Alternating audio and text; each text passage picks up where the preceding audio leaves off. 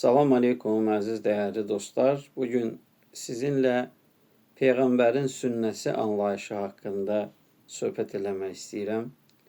Peyğəmbərin sünnəsinin sadələşdirilmiş, insanların anlayacağı şəkildə yaşanması hansı formada ola bilər? Ümumiyyətlə sünnə nədir? Sünnənin bir elmi tərifləri var, hansı ki kitablarda keçir.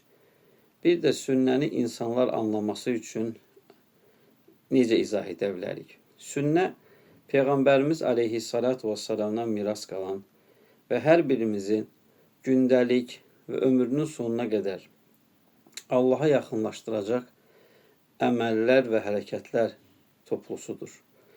O əməllər və hərəkətlərlə biz mütəmadi olaraq uca Allaha yaxınlaşırıq və eyni zamanda biz onunla o əməllər və sözlər vasitəsilə əxlaqi keyfiyyətlərimiz yüksəlir və bizim insanlıq şəxsiyyətimizdə müsbət dəyişikliklər olur.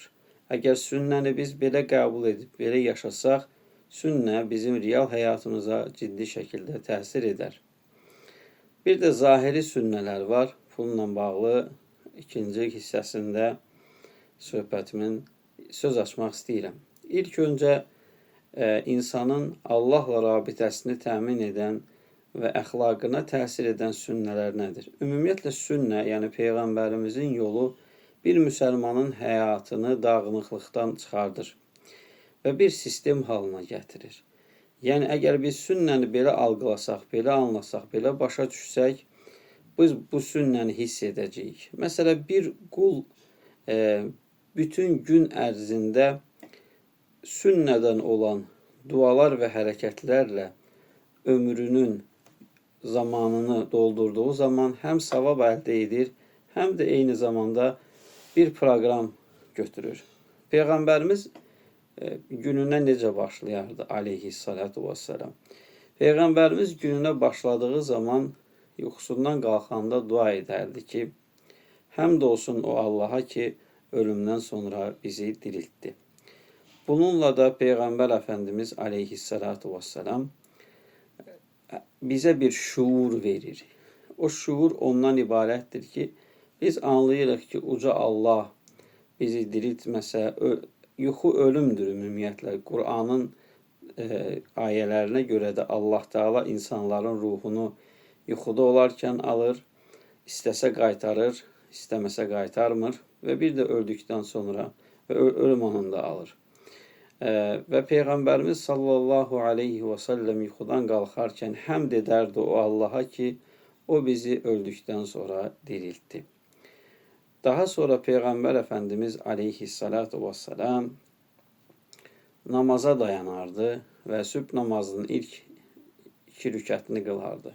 Sübh namazının ilk 2 rükəti Peyğəmbərimizin bizə bildirdiyinə görə dünyadan bizə daha xeyirlidir. Və burada Peyğəmbərimizdən miras qalan gözəl bir adət var. İlk öncə 1-ci rükətdə Kafirun surəsini oxumaq, 2-ci rükətdə isə İxlas surəsini oxumaq. 1-ci rükətdə Kafirun surəsi nədir? Biz çoxumuz bilirik. Orada de ki, ey kafirlər, mən sizin ibadət etdiklərinizə ibadət edən deyiləm, siz də mənim ibadət etdiklərimə ibadət edən deyilsiniz. Əsla mən sizin ibadət etdiklərinizə ibadət edən deyiləm. Sizin dininiz sizə, mənim dinim mənə. İxlas surəsini də bilirsiniz. Qul huvallahu əhəd surəsini. Bu iki surənin sübh namazının sünnəsində oxunması tövhid bəyanatıdır. Yəni günə, səhərə tövhid bəyanatı ilə başlamaqdır. Peyğəmbərimiz aleyhissalatu vesselamın sonra bir çox sünnələri var, gün ərzində riayət edilən. Məsələn, insanın yemək yeməyə başlayarkən Bismillah deyib Rəbbini anması, ümumiyyətlə alimlərimiz, ariflərimiz deyirlər ki, insanın qidalanma prosesi 3 hissədən ibarətdir. Zikir, fikir və şükür. Zikir, Allaha zikr edərək başlamaq, bu nemətin Allahdan olduğunu fikirləşərək yemək, onu yemə qabiliyyətinin də Allah tərəfindən verildiyini düşünmək və sonda da uca Allaha şükür etmək. Evdən çıxarkən Peyğəmbər Əfəndimiz aleyhissalatu vesselam Allahın adıyla təvəkkül etdim Allaha, Allahdan başqa güc və qüvvət sahibi yoxdur deyərək çıxardı. Bunlar Peyğəmbər Əfəndimizin aleyhissalatu vesselamın bizə miras qalmış sünnələridir. Bu sünnələr bizi gün ərzində Allahla əlaqələndirir və Peyğəmbərimizə Yüce Allah kitabında deyir ki, ey iman edənlər, Allahı çox zikr edin və zikr etmə prosesini bir sistem halına salır. Hansı ki Allah Teala möminləri belə vəsf edir ki, onlar oturanda da, duranda da, ayaq üstə olanda da Allahı zikr edər və dünyanın yaradılışına baxaraq deyərlər ki, ey Rəbbim, sən bütün bunları boş-boşuna yaratmadın. Allahın heç bir işi boş-boşuna deyil əlbəttə ki. Bu gündəlik sünnələrdir. Miniyə mindiyi zaman Peyğəmbər Əfəndimizin aleyhissalatu vesselam bu miniyi bizə ram edən Allah'a həmd edərək minərdi, dua edərdi. Bunlar insanın gündəlik fəaliyyətini uca Allahla əlaqələndirir və uca Allahla daimi irtibatda olduğun üçün bu sənin əxlaqına, davranışına, işlətdiyin sözlərə ciddi bir şəkildə təsir edir. Peyğəmbərimizin həftəlik sünnələri də var. Məsələn, bugün cümə günüdür. Peyğəmbərin həftəlik sünnələrindən biri nədir? Cümə günü dırnaqları tutmaq, gigiyenik təmizliyə riayət eləmək, çinmək, ətirlənmək. Bu həm də bir gigiyenik qayda qoyur Allah Rasulü aleyhissalatu vesselam. Ümumiyyətlə, sünnəni belə qəbul etdiyimiz zaman həyatımızda bir nizam yaranır. Və bu bizim əxlaqımıza təsir edir, davranışımıza təsir edir, şəxsiyyətimizə təsir edir. Amma bir də var zahiri sünnələr. Müəyyən Peyğəmbərimizin bəzi hallarda bir də zahiri sünnələr. Yəni, tutaq ki, misal deyək, müsəlman kişilərin saqqalı saxlaması. Müsəlman kişilərin saqqalı saxlaması Peyğəmbərimizdən miras qalan bir sünnədir. Amma onun ölçüsü, forması, şəkli, vacibliyi haqqında alimlər arasında irsimizdə müxtəlif fikirlər vardır. Bu sünnə bizi müsəlman olaraq təqdim etmək üçündür. Yəni, bir adam bizə baxdığı zaman bilir ki, bu saqqallı kişidirsə, deməli, böyük ehtimal bu dindardır. Amma onun ölçüləri, formaları, şəkli və ya ona riayət edilib edilməməsi nöqteyi nəzərindən müsəlmanlar arasında bir qarşıdurmanın olmaması lazımdır.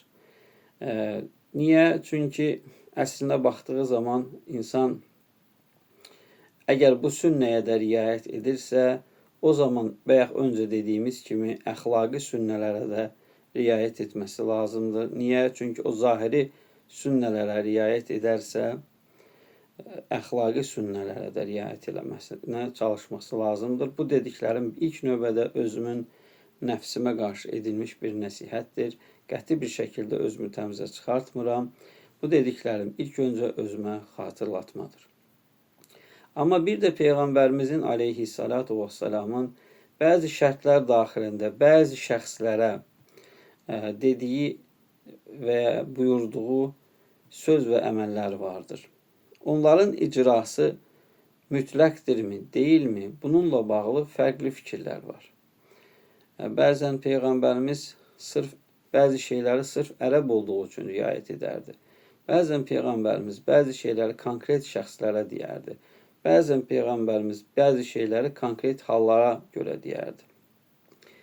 Önəmli olan bizim praktik olaraq həyatımıza gətirməli olduğumuz şeylər praktik sünnə anlayışı, öncə ifadə etdiyim, bizi daim Allahla bağlayan söz və əməllərin sistemli bir şəkildə həyatımızda olmasıdır. Duaların və hərəkətlərin. Zahiri sünnələrə gəldikdə isə, buna kim riayət edirsə, Allah Teala ondan bu ibadəti qəbul eləsin.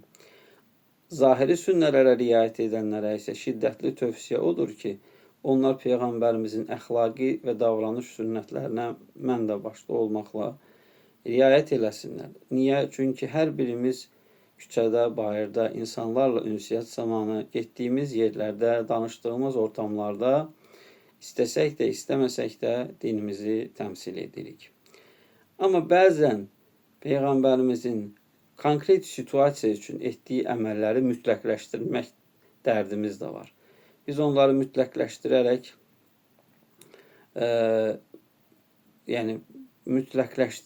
bəzən onların özünü qiymətdən sala bilirik. Peyğəmbər sünnəsi anlayışını qiymətdən sala bilirik. Dini yaşanmasını daha çətin və ağır bir situasiya və hala gətirə bilirik. Belə əziz dostlar, Allah bizə Quran və sünnə üzrə yaşama nemətini bəxş eləsin. Allahın əmanətində qalın. Allah ən doğrusunu bilir. Bugün cümə günüdür. Dualarımız, ibadətlərimiz, itayətlərimiz qəbul olsun və uca Allah bizi bağışlasın.